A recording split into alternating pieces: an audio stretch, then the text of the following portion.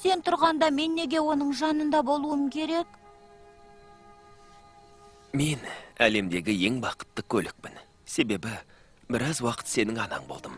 Себебі сенің анаңды ұрлап кеткен болатын. Ана балапанның жанында болу керек. Енді анаң жаныңда. Қара Скафи. Оның да сенің сияқты тұмсығы, тырнағы, ұшатын қанаты бар. Сен шаласың ба? Иә, мен теңіз қыранымын ғой, сен де қырансың. Сен менің балапанымсың. Маған ұшуды үйретесің бе? Иә, балам. Әрине үйретем. Анашым.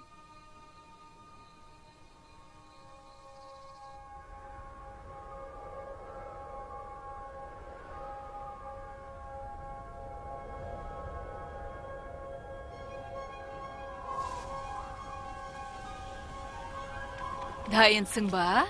Солай сияқты, анашым. 1, 2... Тоқта, тұра тұр. Енді дайынмын.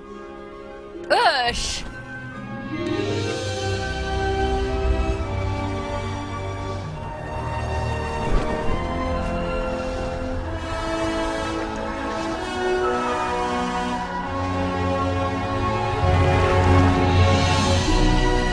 Қараш, апа!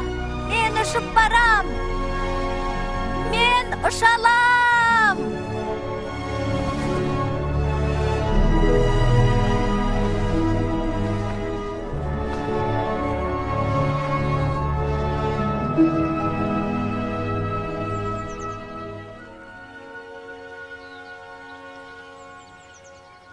Қараш, өмір деген оз емес пе, Плодди?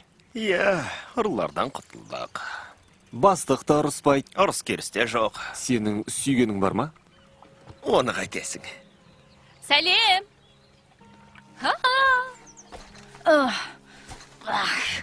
Апа? Плодди! Скафиді қара. Маған қара! Мен ұшалам! Скафи! Сәлем! Ұшып жүр, қара. Қуырылған шұжық жегің келе ме? Жоқ! Апам маған балық ұстауды үйретем деп уәде берді. Сағынып жүрген шығарсың досыңда. Сағынғанда қандай. Қатты сағындым. Біреуге қамқор болуды да сағындым. Тіршілік иесінің өмірге келуі әлемдегі ең ғажайып құбылыс екен ғой. Иә. Альби! Қара! Сенің кезегің!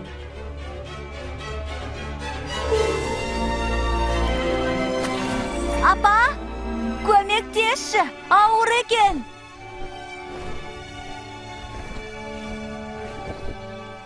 Білесің бе, Ричард аға, бұл әлемде дүниеге келу сияқты тағы бір ғажайып нәрсе бар.